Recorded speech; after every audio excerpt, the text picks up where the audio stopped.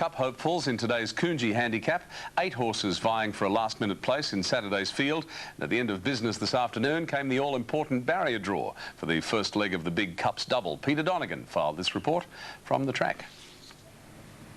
Well, Tim Lee-Friedman might have had a trying couple of days, but he was all smiles after the announcement of the barrier draw for the Caulfield Cup after the races here at the Heath today, because his 2 representatives have drawn ideally and have both shortened in the betting.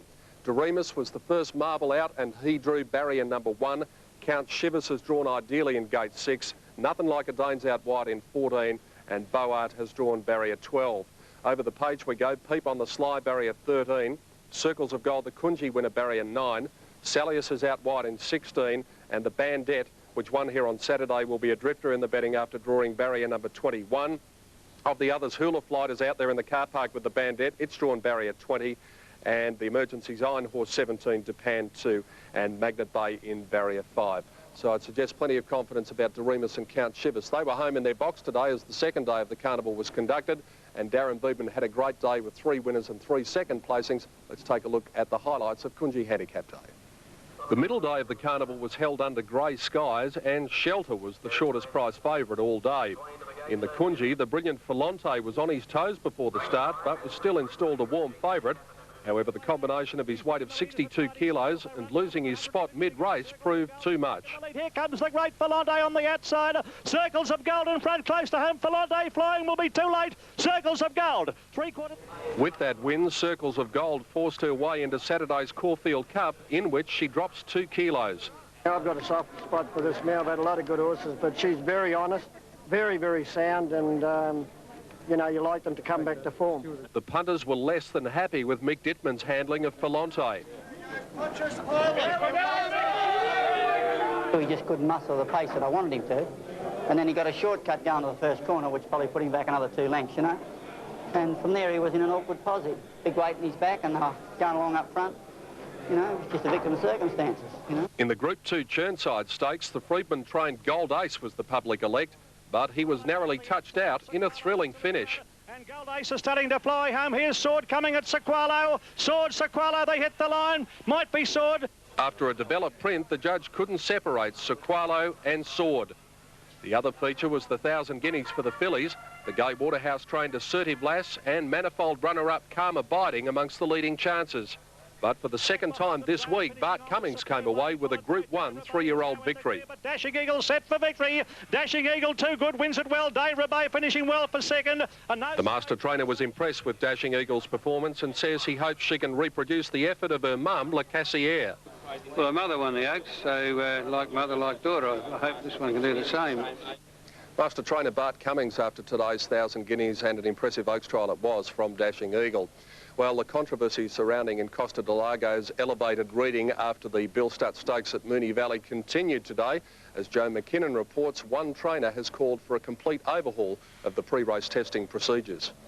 Respected Flemington trainer John Marr today backed the VRC's decision to conduct a full review into pre-race blood testing. What the VRC have done, I think they've made their run too late. Really, the trotting people led the way by reducing their levels. Reducing their levels, though, I don't think there's been a positive in the trotting trotting or the harness business. So it's obviously no doubt it's got to be reduced for the best interest of everybody.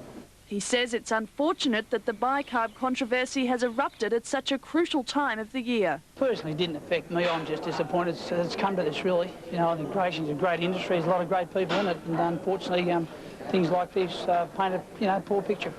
Age journalist Patrick Smith, who wrote the article about the controversial issue earlier this week, says a VRC review into bicarb testing is desperately needed. I think a review is necessary because there are instances where the rules aren't quite clear and there's some grey areas, and I think the VRC is correct, and Des Gleeson, the Chief Steward, supports it for a review of blood testing.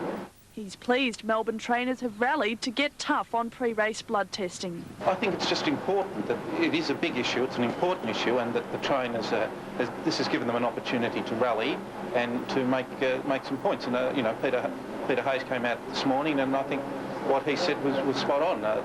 No tubing, bring it down to 35. I think these are all important things, and I think that these are things that the VRC must and will look at. Meanwhile, trainer Lee Friedman today issued 2 writs in the Supreme Court against the Age newspaper.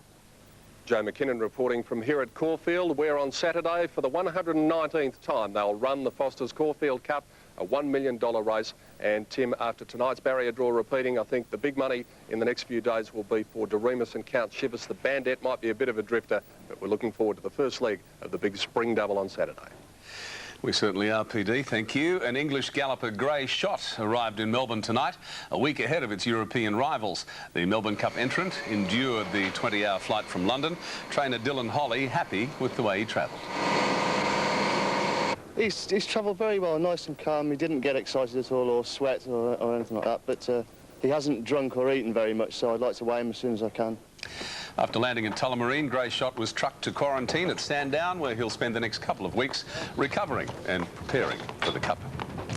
And we're just getting kick-started here on this Wednesday edition of Sports Tonight. Up next is Adam Gilchrist, the Australian cricket team's heir apparent. And Greg Norman seeks some unusual advice on his golf swing.